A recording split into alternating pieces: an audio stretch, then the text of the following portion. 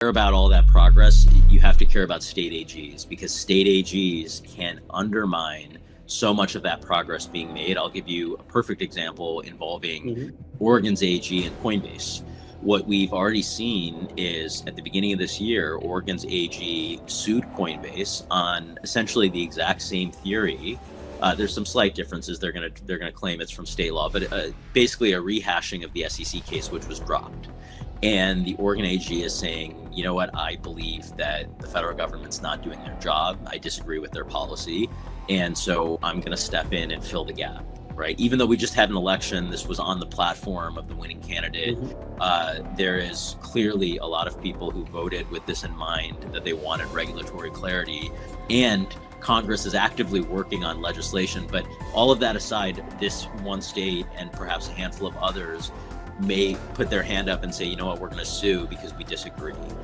So first and foremost, as New York's Attorney General, I will not join highly partisan multi-state litigation to try to act as a national policymaker. I'm running because I want to bring the job back to its job description, and I want to focus on New York. I don't believe the job is to be a national shadow regulator. And that is because of the climate in New York in terms of the regulatory environment, and also a big part of that is the BIT license. And the BIT license, I believe, and I've said this before, is, in my opinion, it is unlawful, meaning it was not implemented with the correct authority.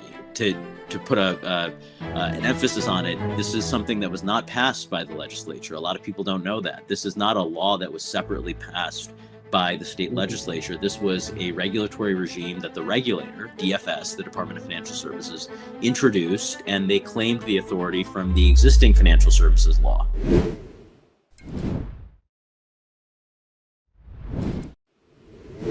Hey everyone, how are you? Welcome to yet another episode of Voice of Web3, where we try to demystify crypto for you.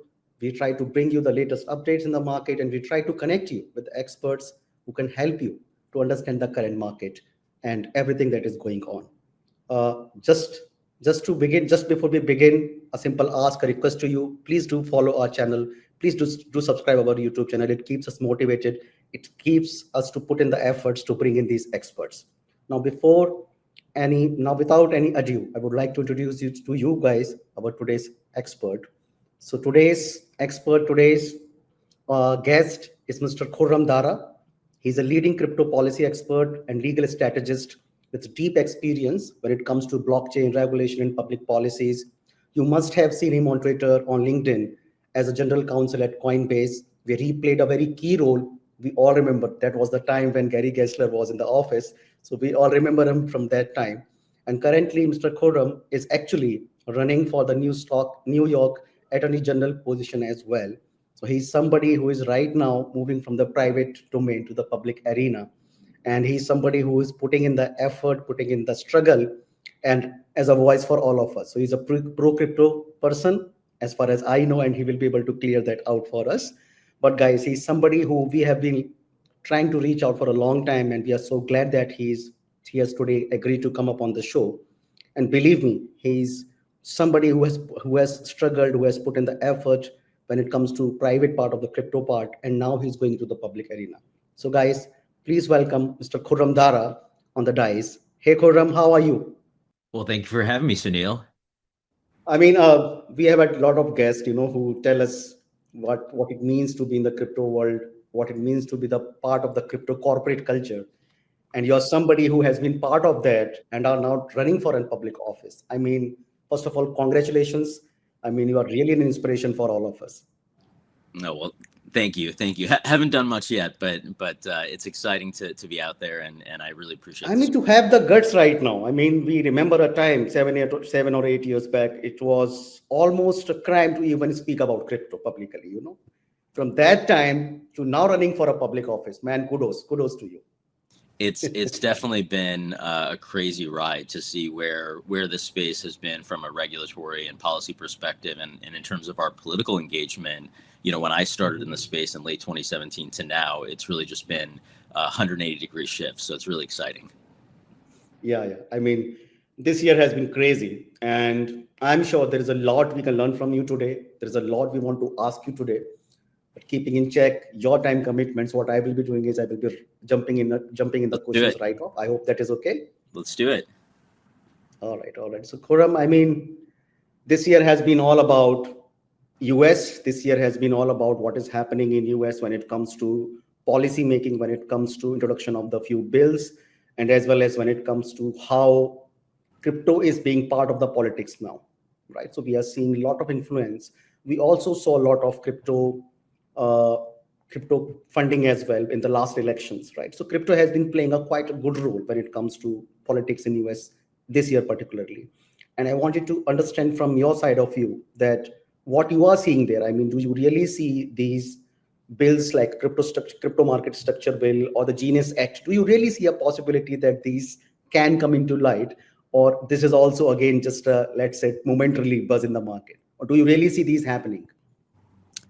Well, I really believe that the shift that we've seen is huge, and it's not something that I think you can find many other examples where you've seen, we were taking steps backwards a few years ago, and now to be not only neutral but to be taking steps forward. I think it's a real shift. I don't think it's just a momentary thing. Genius, the stablecoin bill is already passed, and market structure seems to be making a lot of great progress. And so I think it's, there are some big battles to be fought. But at the federal level, I've never been more optimistic about the regulatory outlook, the policy outlook, not just for crypto, but for AI, but for frontier tech in general. But what's fascinating is our space is discovering what many other industries have known for a long time, which is even if you get the federal government on the right track, there are still 50 states, and state governments and state policy can have a huge impact. And state AGs in particular, in recent decades, have started to play a huge role in national policy making by banding together and essentially suing when they feel as though federal policy isn't going the direction that they want. And so there is a real risk now for our space that even though we have made incredible progress at the federal level, that a few states could undermine some of that progress. So, I mean, all this aside, and I understand that for the next 12 to 18 months, we do have a very good outlook for crypto, particularly, as you said, at the federal level. And when I talk about, let's say, statewide adoption of crypto, some states are definitely doing really good. But do you also see, let's say, some challenges when it comes to when we move from federal law to the state law, particularly talking about New York? Do you see these, even though if we can get past these laws, do you still see certain challenges that we will face? 100%. Because remember, if you look at, let's take Clarity Act, for example, there are going to be aspects of that bill that are carved out, that are exempt from the regulations in that bill. For example, DeFi, staking, self-custody. These are things that just on the basis of how they function and how the technology works, they really shouldn't fall into the regulatory ambit. But what's happening is at the state level, state AGs may look at that and they may say, you know what, there's a gap in the federal legislation, so it's our job to fill it. Now, I believe the reason there's a gap is because it doesn't fit within the way that we've set up financial regulation in this country, because a lot of those things we're talking about in terms of self-custody, peer-to-peer transactions, staking, these are things that are not necessarily regulated activities where you're trusting an intermediary, and so they should be outside scope. But what will happen is there will be state AGs that potentially look at that and say, you know what, we need to fill that gap. And so that's a way in which state policy and state AGs may have a huge impact, even if we get legislation passed. Because I think a lot of people hope that by passing federal legislation, that will create a unified framework. But there are still going to be these areas, these gaps potentially, where state AGs may come in and try to play a role. Yeah, I mean, people who are outside of US, particularly they, including me, we are not that aware how US politics works actually. So, I mean, it's very important to let everybody know that, okay, you get these announcements, okay, these structure bills are passed now, there is a Genius Act, but there is still a fight at the state level that people like you have to do.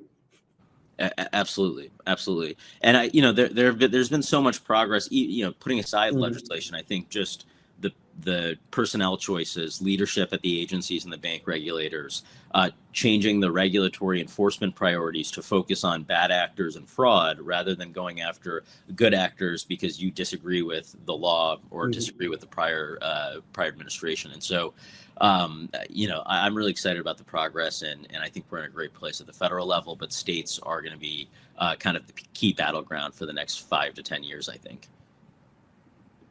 So this is definitely one of the key debates right now, that whether we can get the crypto market structure bill passed, whether it will pass or not, there will be certain objections to it.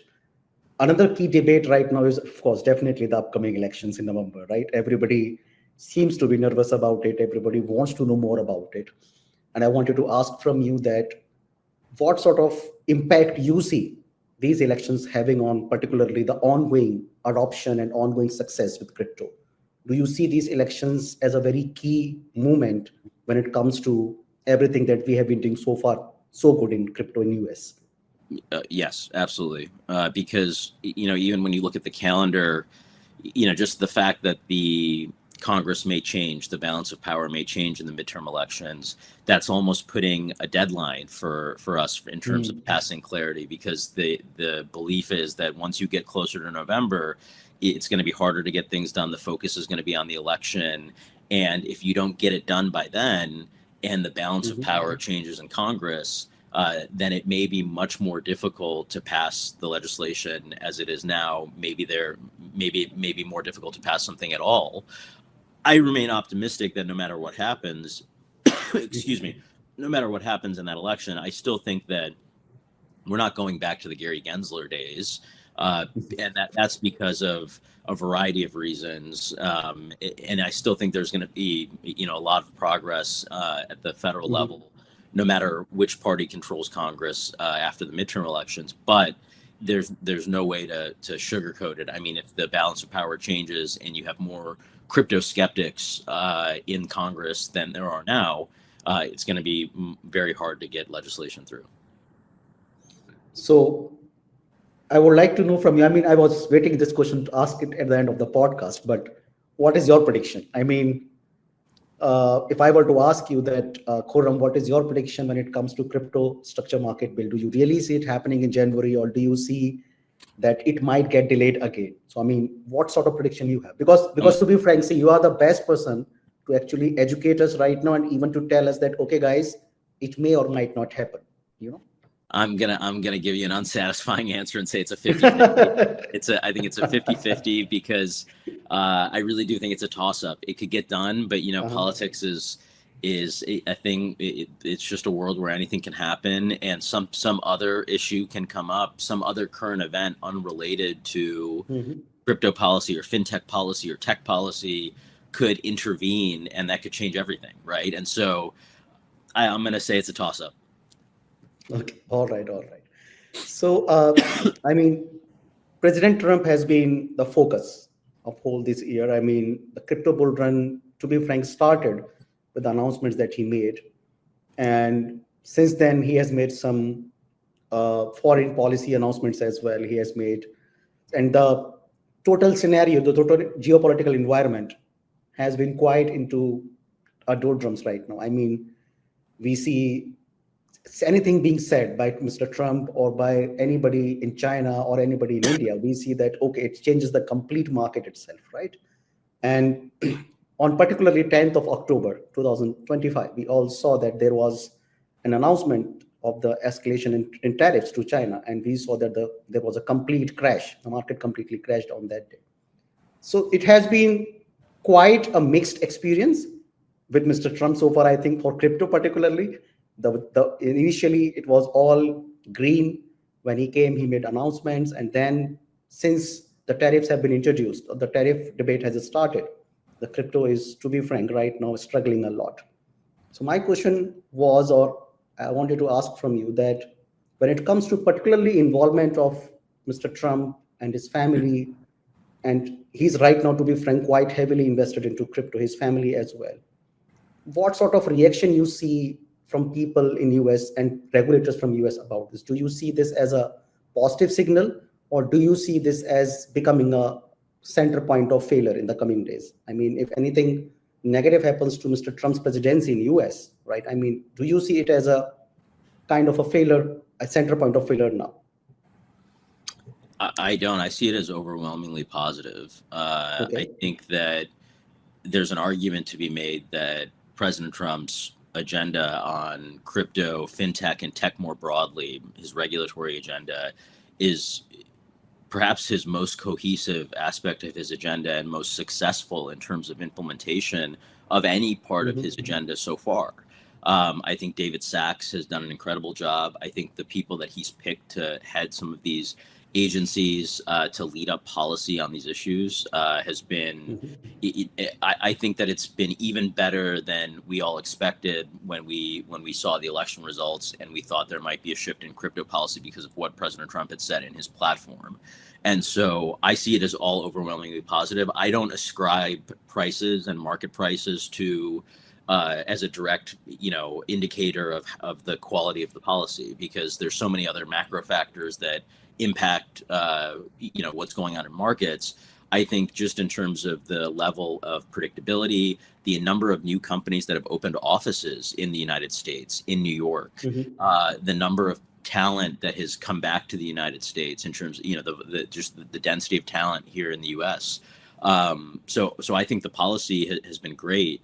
And I think, it's just such a stark contrast to have an administration in terms of the prior administration that really was targeting our space, I believe, for the purposes of maybe scoring political points with some of their base, who has a kind of resistance and a resentment towards tech, maybe towards capitalism generally, and has maybe a different viewpoint on things. And I felt like that, that going from that to now where we have a president who is, as you mentioned, very involved, very invested, his family's business is invested. Of course, from a political perspective, that is going to invite attacks from the other side. And you see it now where there are some people on the other side of the aisle who feel as though they need to reflexively be against anything that President Trump is for. But I think what's fascinating is most people in crypto that are advocating for crypto regulatory clarity, that are advocating for an environment that is favorable for builders and innovation, these are not necessarily people that are partisans. I mean, I was at an event last night with Stand With Crypto in New York, which was played a huge role in organizing and mobilizing voters in the prior election.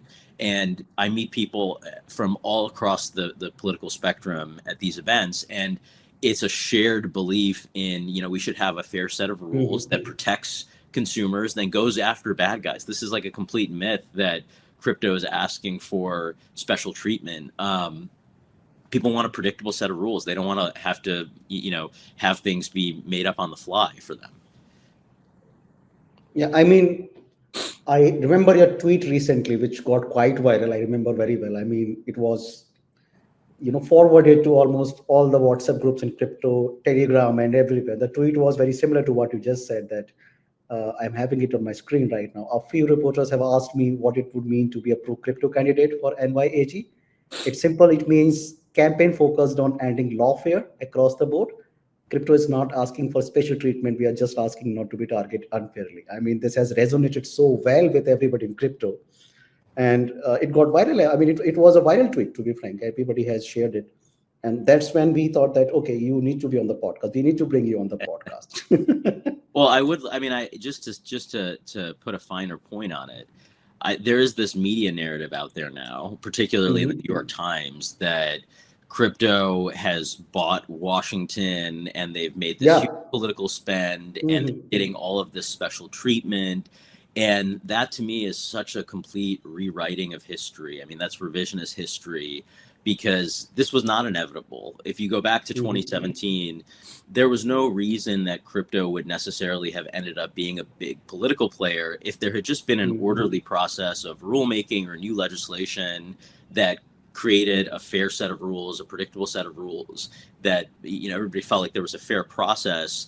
Then I think that you wouldn't have seen what happened in terms of crypto's political engagement. I think the political engagement is a direct result of the fact that we were unfairly targeted. People saw their friends and coworkers debanked.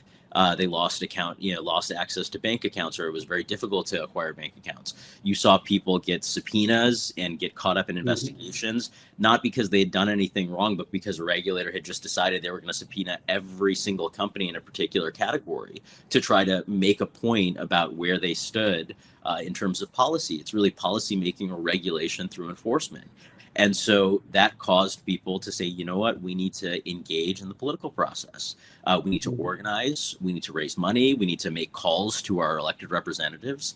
And that's what everybody did. And that's part of the process. And to paint that now as, hey, this industry bought Washington, when really it was just a matter of defending ourselves. And as you point out with the tweet I wrote, I mean, we're just asking to not be targeted. Nobody's asking for special treatment.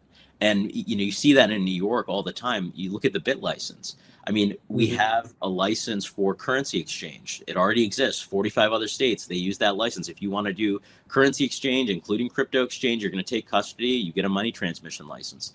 In New York, they decided that that wasn't enough. They want to also have a BIT license. So it's two different licenses and that you have to get both of in order to operate here, right? And so it's something where you look at and you say, we're just treating this particular business differently because of the rails, the infrastructure that they use. It doesn't make any sense. Yeah, I mean, in a way, we are just compensating for the loss of time we made from 2017 to 2021. I mean, the way crypto was treated at that time, as I said, it seemed a crime to even talk about it publicly. We were kind of, if you were in US or even in any part of the world, it was like, okay, we stay shut about it, don't talk about it, right? And whatever progress we have made this year, I guess it has kind of helped adoption a lot, because now we are finally seeing, okay, there is a compliant way to do this as well. You don't have to always be registering your companies, making legal structures which are offshore. So for example, last 4 or 5 years, I have been in connection with the crypto businesses. And ideally what they have been doing is, okay, so now every year they are changing their companies. For some time they're in Bahamas, then other day they are in Cayman Islands. And it just creates so much of a bad user experience for the customer as well, that they can't trust anybody there. So, I mean, once these regulations are in place, I think everybody can then involve more trust-friendly way to the crypto communities. So Khurram, I mean, we all remember the Ripple lawsuit case. I mean, any kind of a policy or any kind of a regulatory debate cannot complete without discussing the Ripple lawsuit that we all saw, and it was finally concluded as well. So is there any particular change you see now in US dealing with businesses that have, let's say, token version as well? For example, businesses that essentially have tokens associated with them. While Coinbase is a different example because they have a stock, but Ripple was a different case because they had a token called XRP with it, right? So do you see some difference in terms of regulators' behavior with these companies now? And if yes, then what sort of a message you will have for companies, particularly who want to come to New York? Yeah, it's a sea change. And it's not just the Ripple case. It's really, you look at the enforcement and the cases in this space across the board. The SEC pretty much dropped all of the cases that were in the category of, we believe that this should be a regulated activity, and the market participant disagrees and they don't believe it's regulated activity, right? They've said from the beginning that their focus was going to be going after fraud and bad actors, which everybody wants. And instead, what you saw was, rather than going through each case individually and maybe saying, on the merits here or there, it was almost as though the SEC said, we're going to wipe the slate clean, and we're going to start with a series of roundtables, which they held to educate us and the public on how they're thinking about things and how the market thinks about things. We're going to start issuing guidance. We're going to start, you now see no action letters being issued, and I expect we're going to continue to see that process play out with rulemaking. And so I think what's going to happen is you're going to start to get more clarity. So if you are a project or a company that wants to launch a token or has a digital asset associated with your project, you can rest assured that you are not going to be blindsided with a policy change. You're still going to need to get the right legal advice, the right regulatory advice, make sure you're complying with all applicable rules and regulations. But what's going to happen is there's going to be a level of predictability that you feel as though if I'm doing what the regulator is asking, what the letter of the law says, that I can feel comfort that it's not going to change halfway through just because a different person happens to be running the agency and has a disagreement. And I think that by itself, we call that just a change in enforcement priorities. That by itself, even though that's not legislation, even though that's not necessarily a regulation or a rule being introduced, that's just a policy change that still, I think, creates just a much better climate for builders. And I'll give you one tangible example of how the SEC has done this. My understanding is that a change was made at the beginning of this year so that when an investigation is opened, that process, that investigation requires approval of the commission. So the SEC has a chairperson and 4 other commissioners. And what had happened, I believe, in the prior administration is the authority to open investigations had been delegated from the commission to a staff, somebody at the staff level or a director or somebody in that position. And what happens now is that in order to open a new investigation, the commission would have to actually vote. And I think what that does is it creates a kind of due process in terms of the ability to open investigations. And so you're not going to run that risk of all of these investigations being opened without potentially, a particular reason. Maybe it's just a broad sweep. And so that's a huge shift as well. Yeah. So, I mean, we have always, so we cover a lot of news on our platforms. We do cover a lot of content when it comes to what is happening in the crypto world, trying to provide as much as clarity as possible. But I've always wanted to ask this question with somebody, and I'm sure you can kind of shed more light to it, that what we saw when it comes to treatment of crypto by regulators in US, particularly SEC, CFTC, back in the day, do you think it was actually a fair treatment, or do you see that there was some sort of, let's say, defamation associated with crypto that they did? I mean, was it a fair treatment actually? No, it was not fair. It was not fair. And it was not, and I'm not saying that the people that were running the regulators at that time, that they were necessarily malicious or they had bad intentions. I think actually on the contrary, the problem is that they all thought they were doing the right thing, that they had good intentions. And I think this is an example where you had a lot of regulators that maybe made a judgment on the merits about how valuable this technology was, how important it was. Perhaps some of them thought, this is just used for speculative gambling. This is not used for any useful purpose. And that they're entitled to that viewpoint, but that doesn't give you the ability as a regulator to move into what we call merit regulation. That's not the job. That's the job of the legislature. If you want to write a new set of rules to deal with a particular activity, then do that. And the same goes for the regulator. If you want to introduce a rule, do that. Don't just make it up on the fly with an enforcement action. And you kind of saw this with some of the SEC cases where the theory of the case from the SEC's point of view would slightly vary between cases. It was they wanted to have that flexibility, and I understand if you're the government, why tie yourself down to a specific definition of what you think is a security in terms of an investment contract associated with a token project, right? Instead of having that clearly out there, it was a little bit easier from a litigation strategy point of view to take everything on a case-by-case basis, right? But you can see how that introduces a lot of problems for people who want to comply, who want to issue a token and make sure that they're following all of the applicable rules, or if they want to issue a token that is not intended to be a security, that's intended to be a commodity, that they have a clear path to do that. And so I think that it was most certainly not fair. So, I mean, First of all, as I said in the beginning of the podcast, congratulations. Our well wishes with us. And we would definitely, we all want to see you win as you're Thank running you. for the New York's Attorney General position. And I wanted to ask from you that, let's say, if tomorrow you do become the New York Attorney General, AG, is there something you would like to revisit, or what would be your approach? So, for example, if something like Coinbase comes ahead, or something like Ripple lawsuit comes ahead, what would be different this time if you are the AG?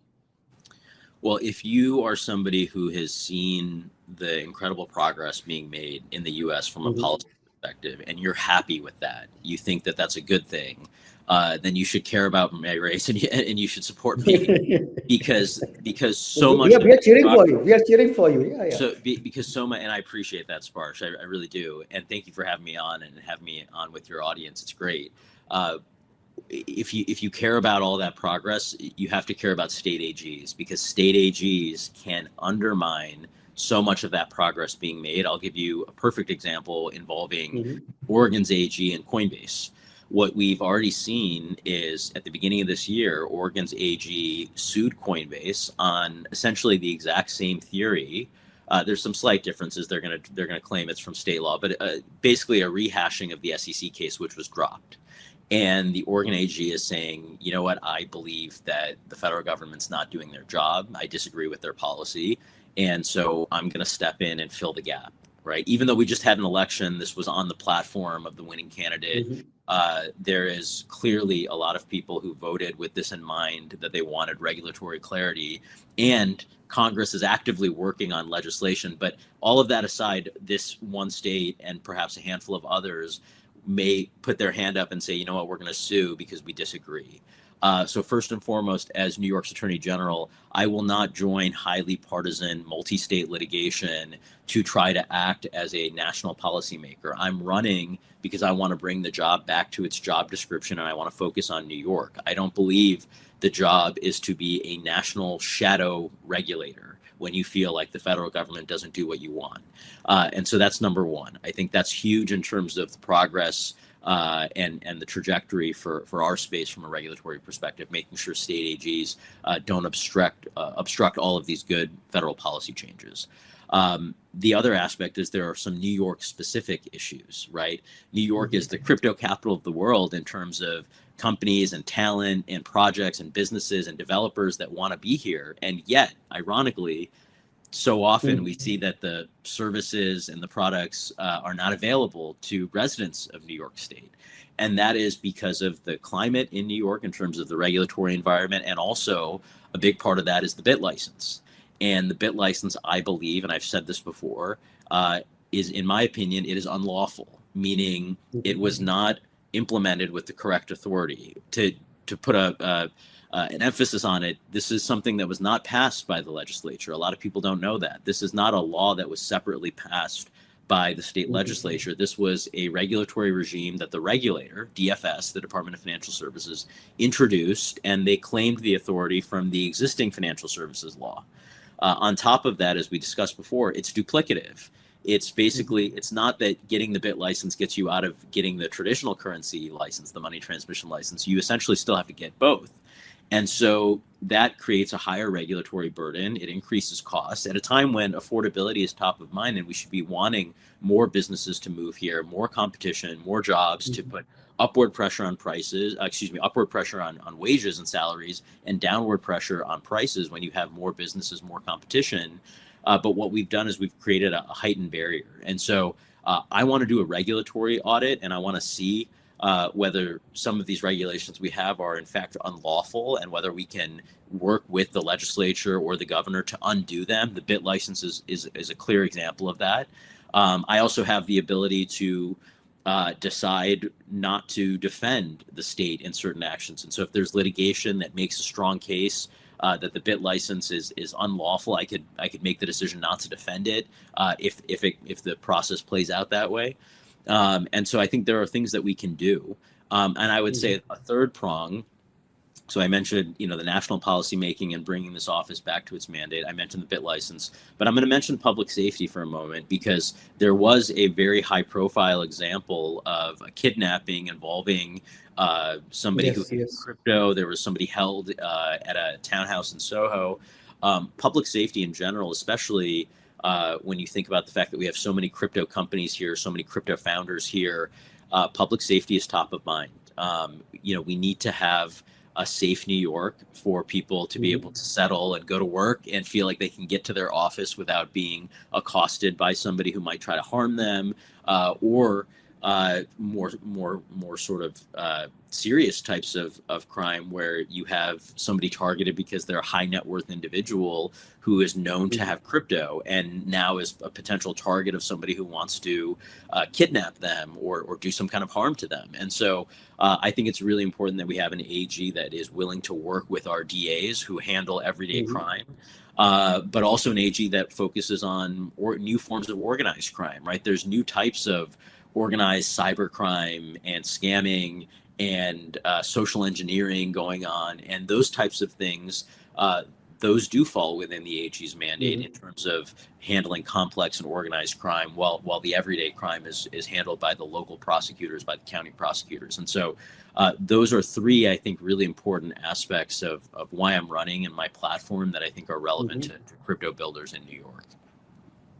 Yeah, I mean, while I was hearing you, just gave us the title of the podcast, how to make New York how to kind of, create a crypto perfect world, where actually, and the last one that you mentioned, to be frank, I mean, the safety part, we are seeing all over the globe now. Recently in Dubai as well, there were some Russian investors, crypto investors, who were actually kidnapped and then brutally murdered as well later on. So I mean, crypto safety is definitely becoming a very, very key point now, because earlier we were kind of afraid to tell everybody about crypto. Now we are afraid to tell about what we own and what we don't own.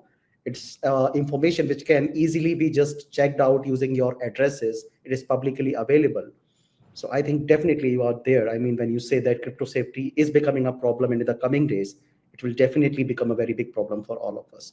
But Khurram, I do see you as trying your best, giving your best, putting in the effort to make sure that New York is actually the crypto capital of the world, in terms of every aspect, not just about companies coming here, but also providing a living space to people, giving them an environment where they feel safe on a day-to-day basis. Because to be frank, people first didn't want to discuss crypto because, okay, there were regulators. Now they don't want to discuss crypto because they may be in a lot of trouble just for telling how much Bitcoin or how much certain cryptocurrencies they hold. So thanks a lot putting that on the agenda, man. I mean, thanks a lot. No, it's a big issue. So moving on, Khurram, there was one more topic that actually created a lot of controversy, and definitely there were a lot of debates around it, and it was particularly the recent pardon by Mr. President Trump for CZ. CZ, he is the founder of Binance Exchange, and recently he was pardoned by Mr. Trump.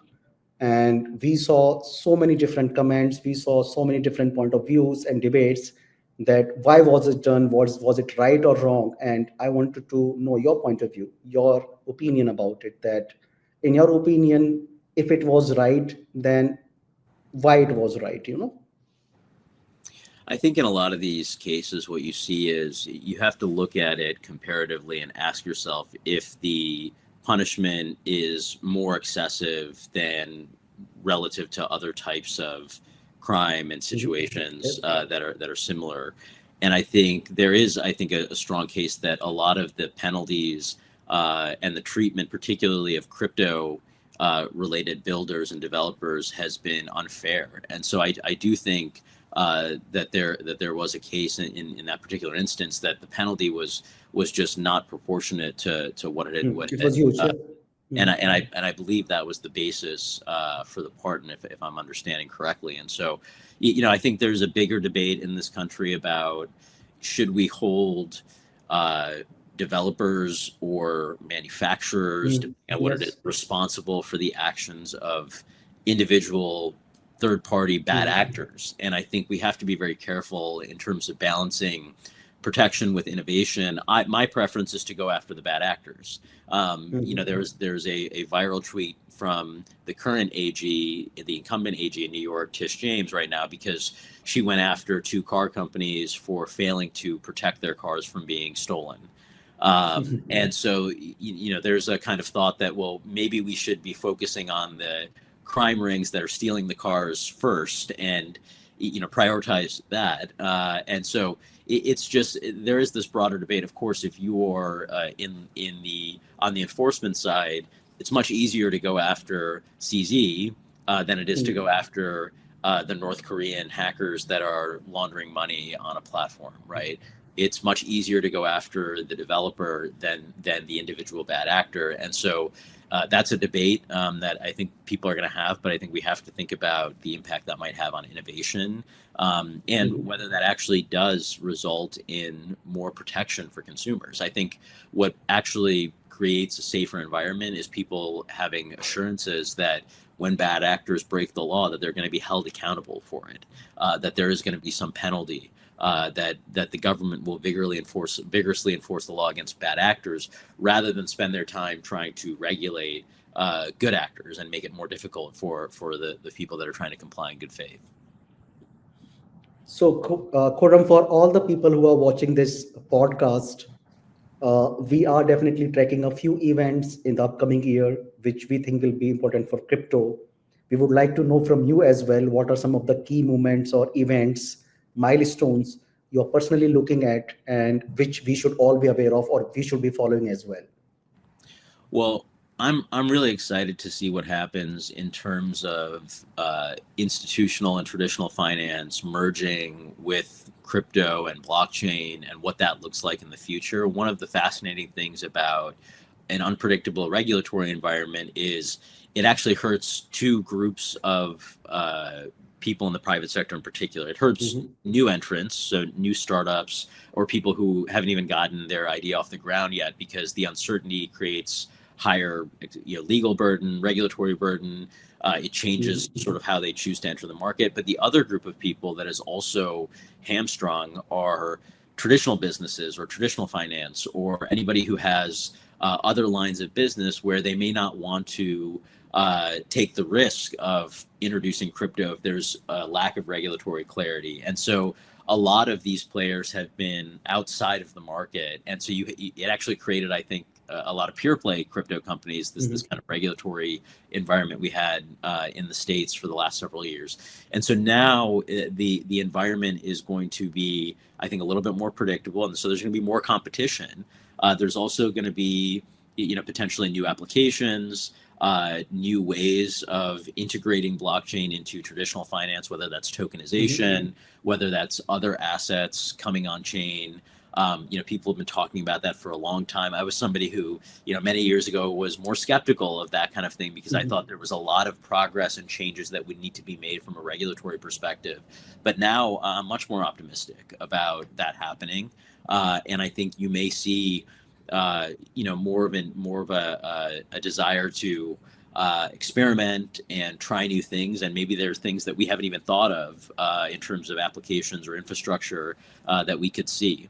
And, people talk about the intersection of crypto and AI as another area. A lot of times with big technological waves, I think there is this relationship between software and hardware and adjacent technologies. I think about social media and mobile technology and how those 2 things work together in a certain way where, social media in a desktop world is a certain type of space, and in a mobile world with billions of users, it's a much different type of space.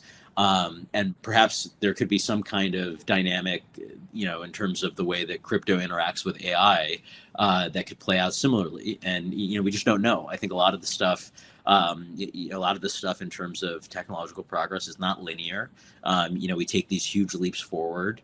It was not that long ago that AI was kind of seen as not a serious thing or a long time away, because, you think back to 2019 or 2018, before we really had some of these models and before the advent of, I think it's the transformer or whatever the technology was that enabled large language models. AI was seen as something that was a little bit pie in the sky, and then all of a sudden, all of that, those years and years and decades of work culminates to this really big event, and you have, ChatGPT comes onto the scene, and it just really changes things. So you never know where things will land, and I'm just excited for the experimentation. Yeah, I mean, approval of ETFs was definitely one of the key movements that brought this institutional adoption. Then we saw DATs that followed back, for example, MicroStrategy or Bitmine or SharpLink, kind of buying out these cryptocurrencies, and now they are one of the largest holders as well of cryptocurrencies. So I mean, definitely, institutional shift is something we all are very excited about right now. It is creating momentarily volatility that retail investors might not like, they may not feel comfortable about. But I guess, I mean, this is part of the transition now. And as we move ahead, as we get some more positive updates on the regulation side, I think definitely there will be far more better days than they are today. So moving on to the next question, and I know this is a question we ask to almost everybody. So Khurram, do you hold Bitcoin? I do. Or any cryptocurrencies? I do. I don't have much, and I'd say most of my, and I should say, since we were talking about public safety, I keep pretty much all of my assets either in the form of equity in crypto companies or projects, or with a third party custodian. So if you kidnap me, nothing's going to happen. I don't have any ability to do anything. But I'm a very, very modest holder. Yes. You're running for the office. I'm sure that if you are the target, then we all should be very much right now afraid about it. Hopefully not. God will.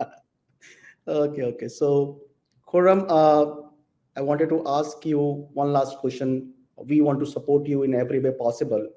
If in case we wanted to support your campaign, what is the best way to do that? Well, if you want to support us, please go to kdforag.com. That's kdforag.com. It'll redirect you to our Anodot page where you can support our campaign if you are a U.S. person and you're able to donate in U.S. elections. I would love your support. If you're not, I would love your support in terms of amplifying our social posts. You can follow us. I've got a Substack. I'm on Twitter. It's just my name, Khurram Dara. Easy to find, like, retweet, support, comment, show people that there's interest in some of these issues that we're raising. And like I said before, if you are a person who is happy with the progress you're seeing in terms of crypto policy in the US, then you have to care about state AGs, because state AGs can undermine this progress. And I'm running to bring the office back to its job description so that we don't have an AG in New York that tries to insert themselves into national policy making and national regulation while Congress is trying to do their job. I mean, first of all, we will, everybody who is listening to us, we will put this link in our description as well. It will be everywhere floated on our social media handles. So guys, we request you to support Khurram as much as possible. We have seen him in the crypto space for the last 4 to 5 years. And we have seen his good work, actually. I mean, he has been on the side of the struggling part of the crypto, and now he's trying to running for a public office. To have him in the public office will like be having somebody, from your own akin there. So thanks a lot, Khurram, for doing this for us, I believe. And we are looking forward to it. And hopefully, our best wishes, we will see you in the office next year. Well, thank you so much for having me, Sparsh. I really, really appreciate it.